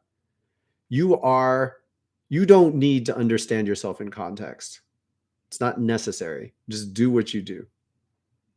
Just do what you do. Now, bear in mind, you're talking to someone who's been very patient. But when you just do what you do and you don't try to fit a role, then you stay with yourself in a way that creates an attunement with the world anyway. You don't need to understand it for it to work. And then over time, it becomes clear you got to do this, you got to do this. And I'm going to pick on her in the middle, but like Jess has a calling. There's an energy wanting to come through her throat that it's her job to communicate this, right? It's not about how we measure who we are. It's just do it, because ultimately the world sees you. The world sees you. And if you can trust that, you end up recognizing that the energy moving in your body is in relationship to the world. Right now, you're being taught to cleanse your mind in this really cool way. Just be with it like that. It looks to me like you end up contextualizing yourself and wondering how it fits in and wondering how you're going to make your mark, and just don't. Just do what you do. And then eventually someone shows up and says, "Hey, what did you just do?" And you tell them. And then someone else shows up and says, "Hey, what did you just do?" And you tell them. That's it. Keep it that simple, and you actually get deeper and you have more to share. That's what I found. So this is all third eye stuff. You know how to cleanse it, but you also know how to mix it up. You're so able to explore in different directions.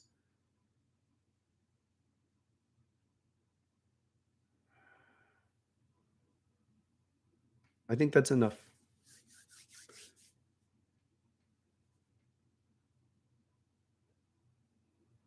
Claudia.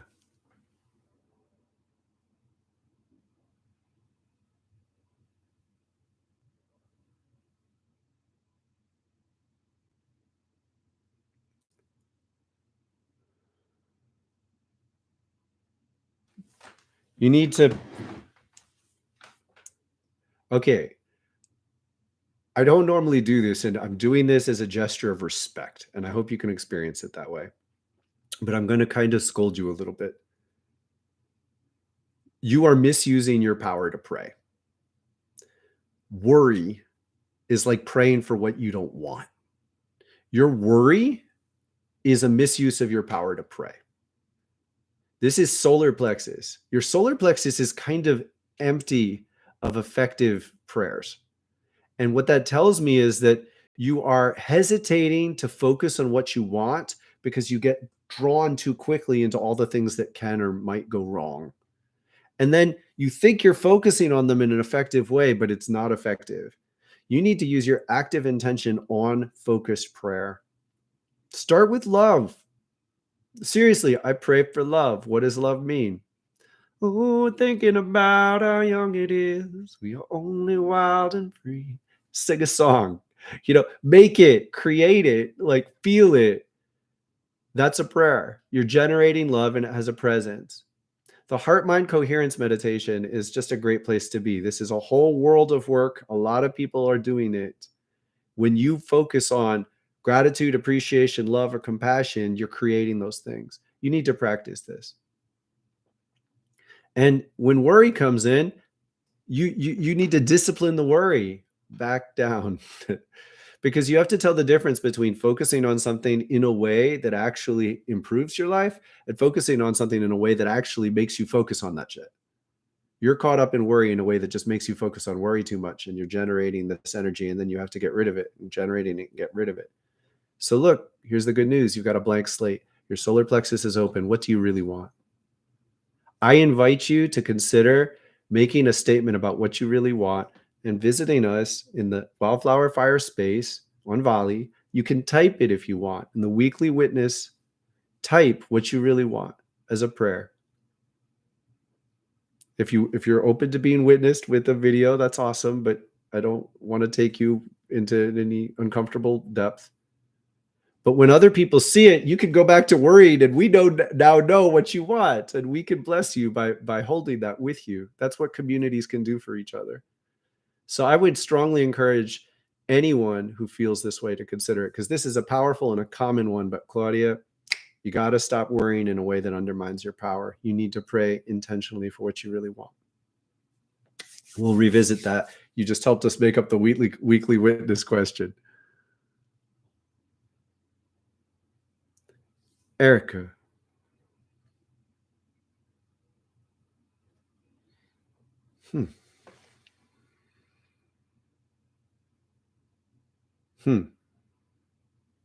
So there's a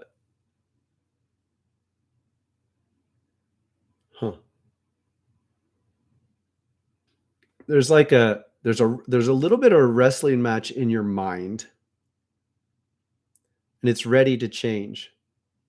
If you imagine energy flowing up and out your crown, this is what Ryan's been learning to do effectively. You need to let it reset. You know, like an Etch-a-Sketch, like you just reset it. There we go. You can do it.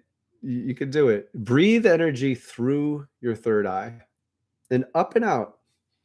There's the blind cross breath. It's the last of the 12 essential breathing exercises. It's for the third eye. I would encourage you to use this as a break. You just need to, you're trying to resolve the wrestling match. You need to cleanse it. So you're identifying with the good guy in a wrestling match in your mind. You need to just cleanse the wrestling match. You can. It's a really incredible, you just take a step back, stop identifying with the good bad battle, and just breathe it out and be color. And then just ask, like, what do you really need to be putting your imagination to? What do you really need to be putting your attention to? And bring it down to the heart. I'm going to suggest the heart-mind coherence for you as well.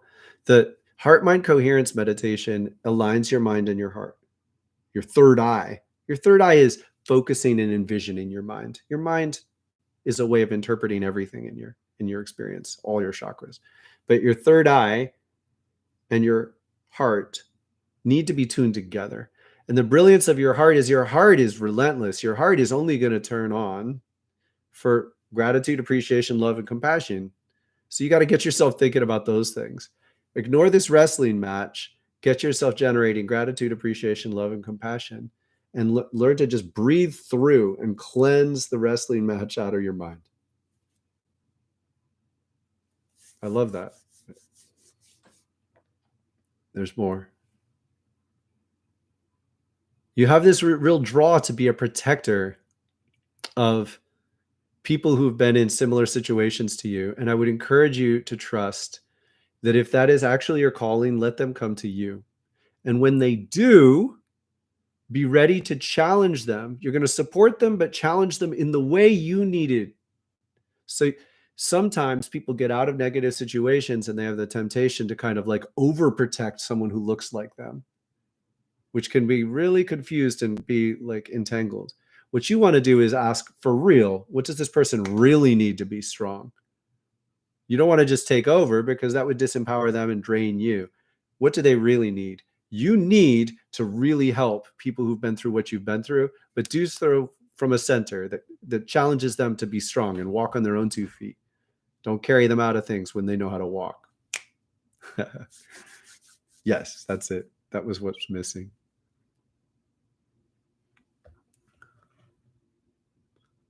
All right.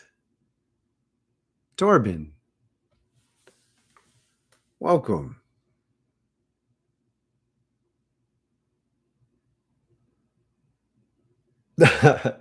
First thing, money is not the root of all evil. Money carries energy.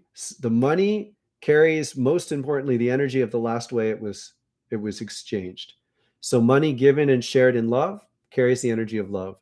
When people give money freely in these donations, I receive it in love, I feel it given in love, and it carries that vitality. There's a book called Happy Money. The guy shares that he went to a dinner party. A woman asked him for his wallet, which is apparently common in Japan. And she went through his money and was able to say, this is good. Ooh, this is not good. This is okay. This is great. This is great. And she organized his bills based on the energy they carried. It looks to me like you've had a fight with money. You've had a sort of, money is the root of all evil. And I would encourage you to no, it's not.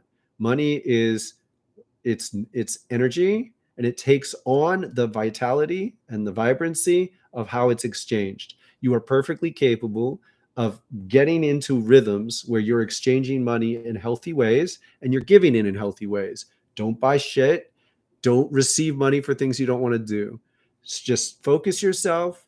What do you trust is good for you that you can do in the world to receive money? And if you don't have exquisitely, yay, I love it, then just be decent. Get something decent that you can be confident in. that you feel solid in. You know, you're not resenting it. You can get over this battle and eventually bring yourself into a position where you're receiving, like I receive money doing what I love. I help people as much as I possibly can. I support people to be as empowered as I possibly can support you. I've put as much knowledge down on YouTube as I can, so I can refer you to that and you can learn more. I'm doing the best I can to love people, and I'm getting paid for it. And it feels great. So the money I receive has this joy in it. Aim for this. And if you can't get all the way there, go for neutral first and trust that. This is all in your heart. You have a fight with money in your heart, and you can resolve it, and you feel it. You got it. You got it. You're feeling it. Oh, and then it went down. So there's a doubt, but it's there. Like, you can do this. Whew. I think I might be overwhelming you a little. Forgive me.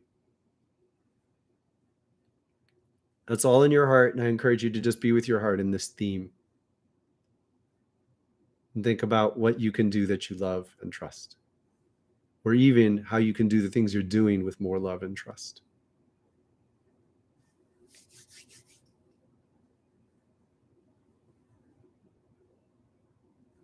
Haldi.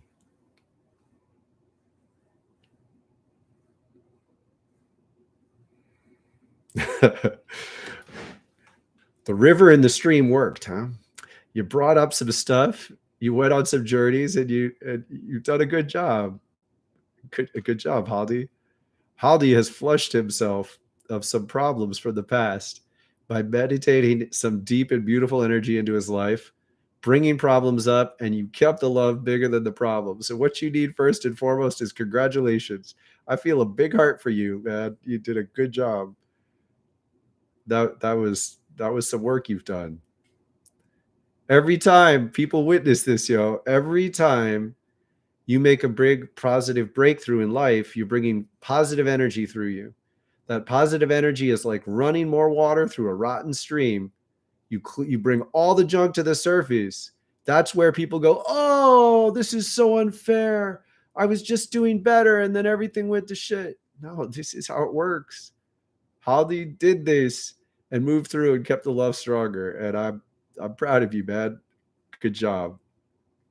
All you need is you need to feel that for a while. I have no major guidance for you other than congratulations, good job. You're gonna have work to do, but give it a month. Just a month. In a month, worry about it again. But for now, just celebrate a little. Get back into your practices, enjoy them, recognize that you trust yourself more than you thought you did. In a month, you'll focus on more work.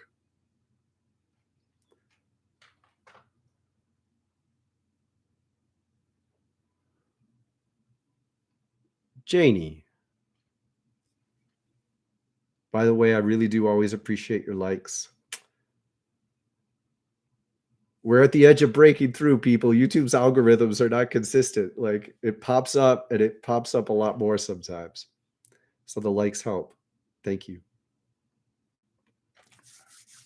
Forgive me, Janie. I don't want to get in the way of your reading.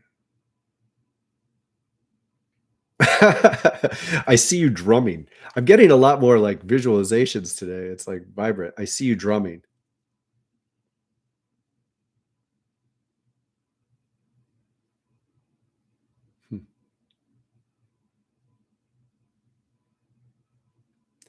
Look, I wouldn't normally say this, but I literally get that you would like some work to do. So if you would like to do anything to participate in this, I have lots of little things that could be big things if you wanted them to.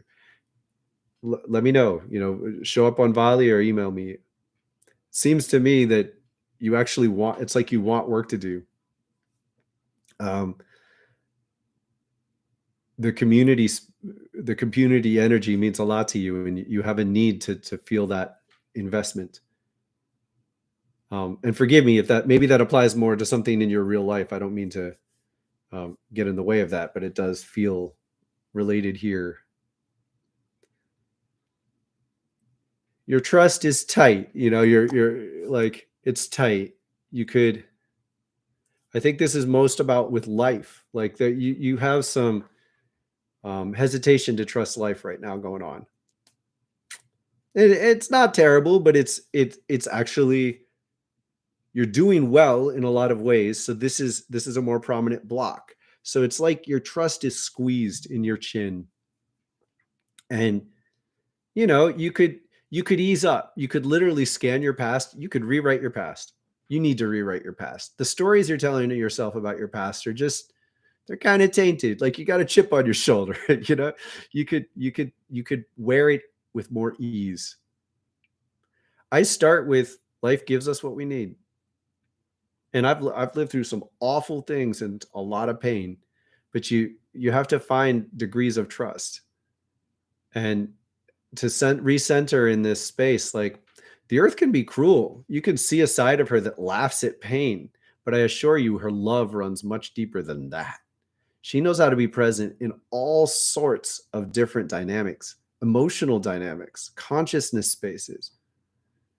So you've seen her cruelty, and it's sort of programmed into you like, like F you guy, a little bit.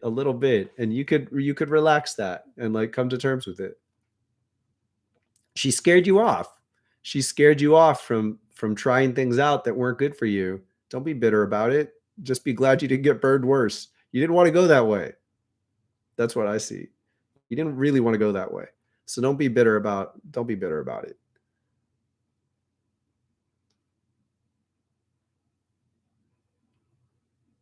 You got this. You got this. Back in your heart. You got this. You know how to do this. But that would make a big difference if you kind of look through your past and kind of softened your stories a little bit and added more trust. You could trust the future much more. Thank you a lot. If there's anything more, anyone more? Dylan, good to see you. The funny thing is I always mean that. All right. Throat. It looks like you have a power struggle.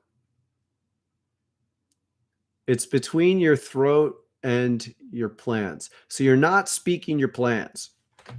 You're not speaking your true, and it's more than plans. It's like what you really want. You're not saying what you really want, probably because you're afraid of being let down, right? No. Well, because you don't want to, well, you've been hurt pretty badly, and you're afraid that if you put yourself out there again, you're going to get hurt again. Gut. It does look to me like you have in the past not been great at listening to your gut instincts. Something's overwhelmed your gut instincts, Dylan. And the important part to recognize here is if you look at your past and you say, oh my God, when I did that, I got hurt. There's a disempowerment in that. What you want to say is, oh, when I did that, I got hurt. Why did I get hurt?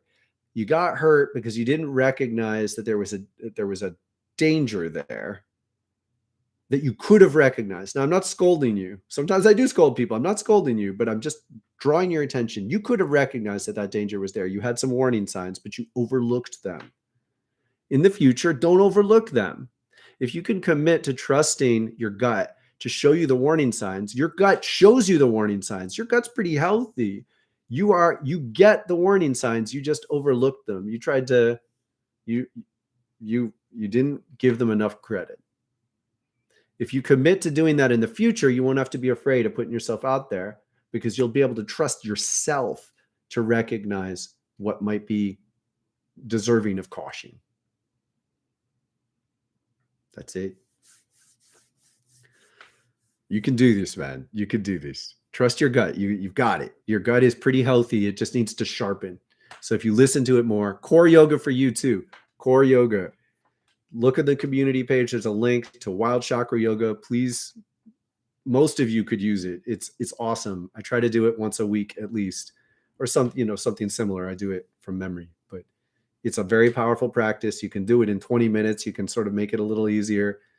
The one thing I didn't emphasize quite as much as I wanted, the core yoga practice, I'm doing several difficulty levels. Like I'm often doing one level of difficulty and then I'm doing a harder version. Just repeat the easy one.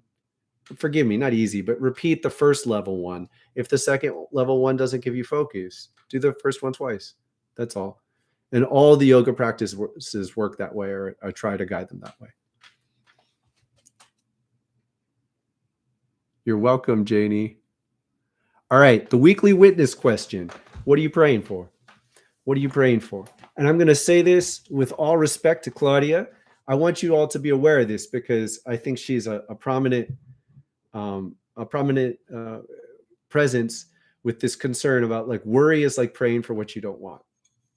So a lot of times we worry and we think we're being productive or we think we're being cautious. You have to be able to tell the difference between aptly responding to a caution and worrying in a way that saps your strength. And the way to tell that difference is simple. When you see something to be cautious about, you want to ask yourself, what is the easiest way to respond to that takes as little energy as possible? If something could draw worry through you, you want to respond to it with as little attention as possible. That's what's true caution. Now, I'm not saying don't just go recklessly into things. Definitely don't ignore warning signs. Just like with Dylan, you want to know how to follow warning signs, but you just don't want to get wrapped up in them any more than you need to. And often you can just I step around all sorts of stuff. If I notice that I'm having like resistance to getting down the stairs, I'm like, I wonder what's wrong. I wonder what's wrong. And I end up not going somewhere. And then I find out, something goes wrong there. I trust my gut a lot. I trust my gut around like which street to go down. Like you could get so in tune with warning signs, but I don't spend a lot of time on it. I start going, okay, wow, the trees down here are beautiful. I focus on where I'm going. So what are you praying for? Where are you going? When you make a choice of what to pray for, of course, this is a living world. This is a living system. You might have to change it. Be willing and ready to change it. Don't just hammer things, but put it out there. Let it be real. Let it be vibrant, and let life respond to you in a way you learn from. If you share this in the weekly witness channel in the Wildflowerfire space, I promise you, sharing your prayers is powerful. When they're witnessed, big deal. So if you're willing to, you can always type, you can always record audio, or you can do video. Any version is, of course, acceptable. And it's really beautiful to do this in community because, as I say, particularly if you get caught up in worry, wow, I just got stage fright for a second. Holy shit. Every once in a while, it's ridiculous. Anyway, particularly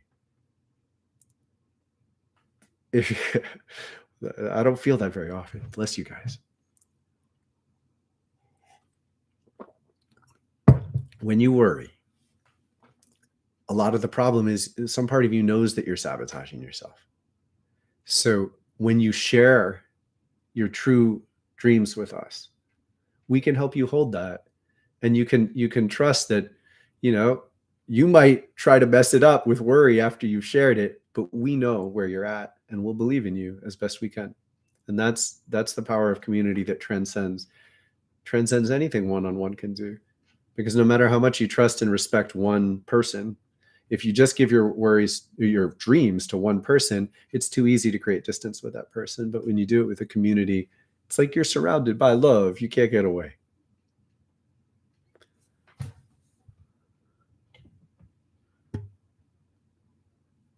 Bless you, Dylan.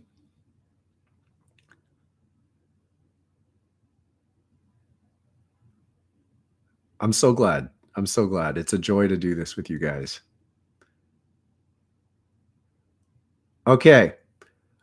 Back in 2023, we're off for a couple of weeks. And when we come back, I'm really going to put an emphasis on being more dynamic, more asking you questions, getting answers, working with that, being present in a way that is prayerful.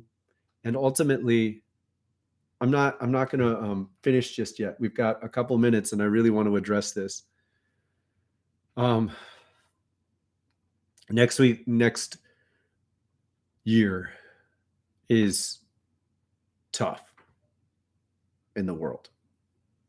And the pain that's coming up in the world is a part of the beauty that's coming up in the world. In fact, this is a grand level version of the river and the stream, people. Haldi is a living. I love you, Haldi. Haldi has gone on an awesome journey and has brought up some pain and has cleansed it. And I want you to understand this. I love this metaphor of the river and the stream. If you haven't watched it, it's the Kundalini Rising video. The principle is we bring positive life through that dredges negative things to the surface. Please understand these. Kundalini energy is even more dynamic than that. I fall into the common lexicon, but it's not Kundalini energy. It's Kundalini that releases. Kundalini's blocking Shakti, or vibrant, just spirit of the earth. We can use English sometimes. There's love, earth arteries that flow through us. And when positive energy flows through us, it not only dredges everything to the surface, but it feeds it. Blood feeds cancer. Blood feeds anything in the body that's asking for it. So what this looks like is that everything in you that's dysfunctional or sick or a remnant of the past that just doesn't fit suddenly gets energy. If you used to dream of, like, say you started an album 5 years ago and it never fully came together, and now you get a lot of new energy because you started yoga practice, and you immediately go, I'm going to go finish that album. You better be very conscious looking into those emotions. So is that really what you want to say now? You have to stare at everything because you were just given a lot more energy. What's it good for? When you look at the things in your life, everything's going to be fed. Your old anger that you got dumped and you never really reconciled it. Your old pain that you didn't finish the album. Your old fear that when you tried cross-country skiing, you fell 3 times and broke your ankle eventually. Like, all these things will get fed, and then you have to be the one that makes a choice, because the energy is just going to feed it all. The energy is just going to feed it all. And I promise you, the most awful part of this dynamic is that if you say no, oh no, that's too painful. Oh no, stop that feeling. Oh no, you're going to shut off all the energy. You're going to turn your own spirit down. You can't just shut off one thing. You have to deal with it. There's a big difference in saying, stop hurting, stop hurting, stop hurting. Oh, I don't want to feel this way. And dealing with it. You say, why? Why am I in pain? And you make conscious decisions that you didn't make before. You look back at that old album and you say, you know what? That doesn't really speak for me anymore. I'm talking about myself here. That doesn't really speak for me anymore. I'm not going to keep saying that. That's not what I want to repeat. That's not what I want to put out in the world.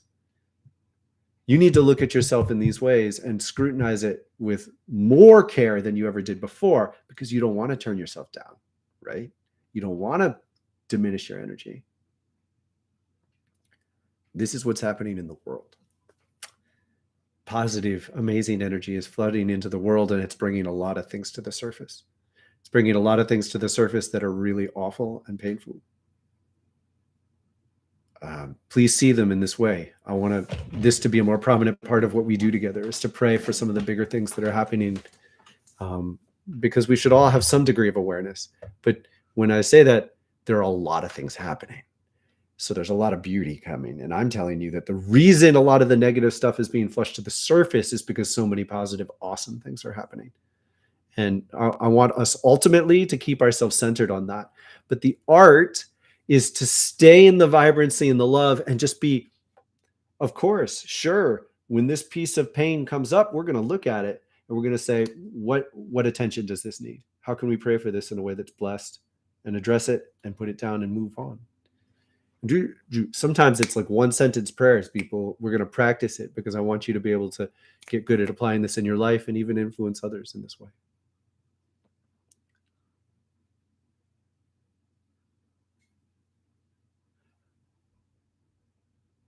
Ah, that sounds great.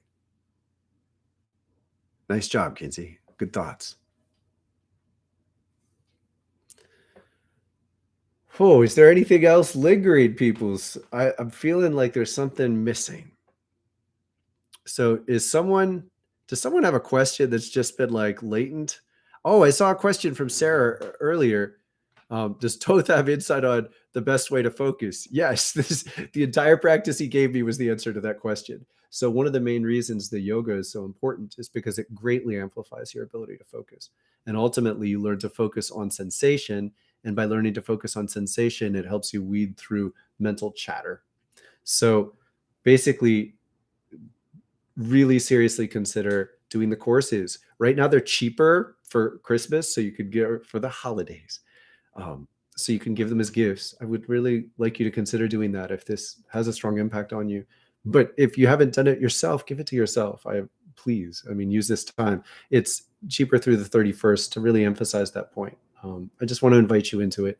Next year, we're going on a bit of a media push. So I'm going to reach out for interviews. And I really want to start sharing this more and more. I've been listening to some podcasts, and it's honestly quite funny. A lot of folks talk about the things that I've learned with Thoth, and they talk about it like it's somewhere else. And I have this to share, and I'm excited to. I'm more than excited to. And it looks to me like there's more groundwork than I thought. Like I've honestly thought that for the most part, what I do here is so far beyond what many people think about that I just didn't bother. Like I just gave up. Like I've tried to reach out to people in ways that haven't worked years ago, and I just decided to focus on this. And now, I don't know, you all have helped find other podcasts. YouTube has grown. The world is changing. I was incubated, but there are more people out there who are interested in hearing and sharing than I thought. And it does seem like there's folks that know Thoth talks to different people over the ages, and the lessons come through this way. And I'm really excited to reach out to the right avenues to share them in.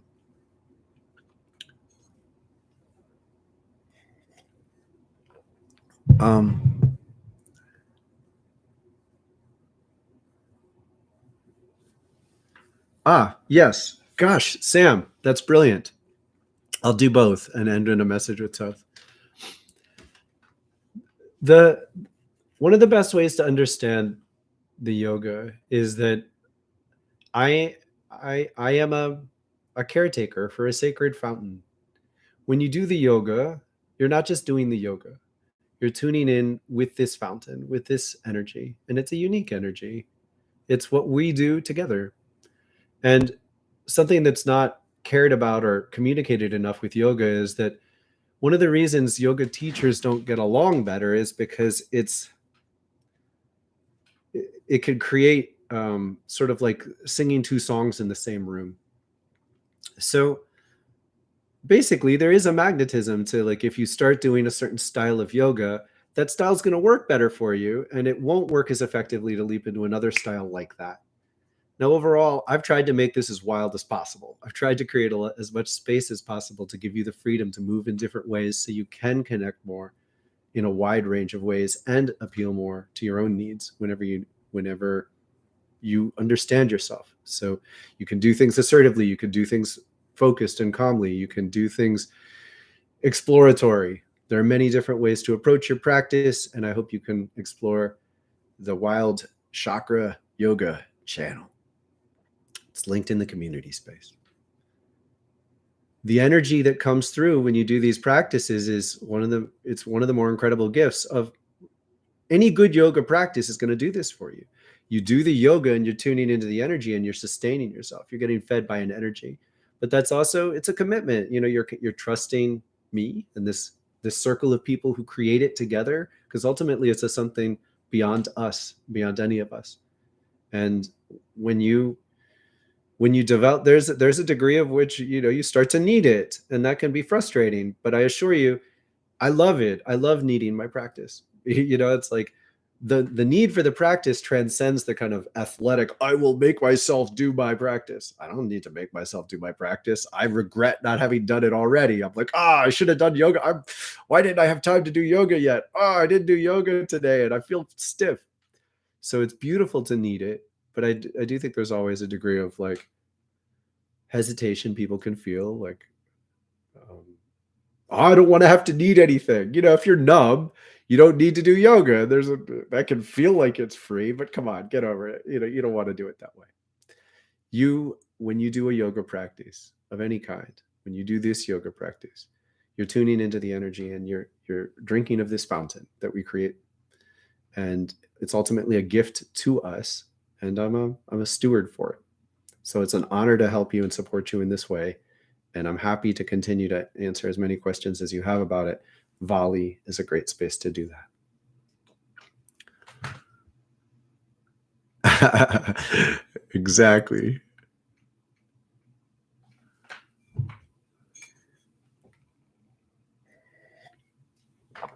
All right. Thoth.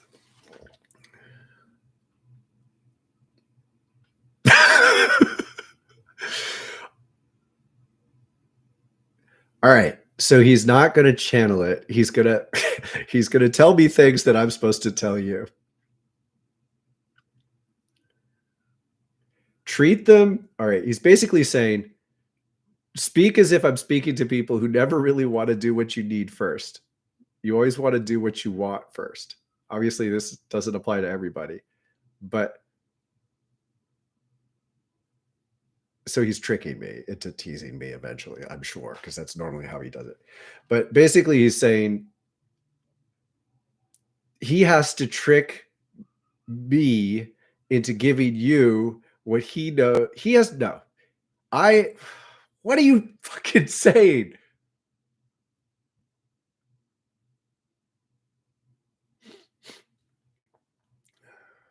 Sometimes people think, oh, it's coming through now. No. Okay. You just said very clearly, don't try to channel it. He's telling me to tell you this, though. Sometimes you think you need and want something. It's coming from the momentum of who you've been. It could be very difficult to see that that's not actually what's best for you. In order to get what you really need, sometimes it's appropriate to go for what you want, but you have to do that in a way that surrenders, because sometimes what you want really isn't what's best for you. Sometimes what you want is okay, and it will lead to what you really need. Please trust that. Much love be with you and your families. Uh-oh. Gotta go.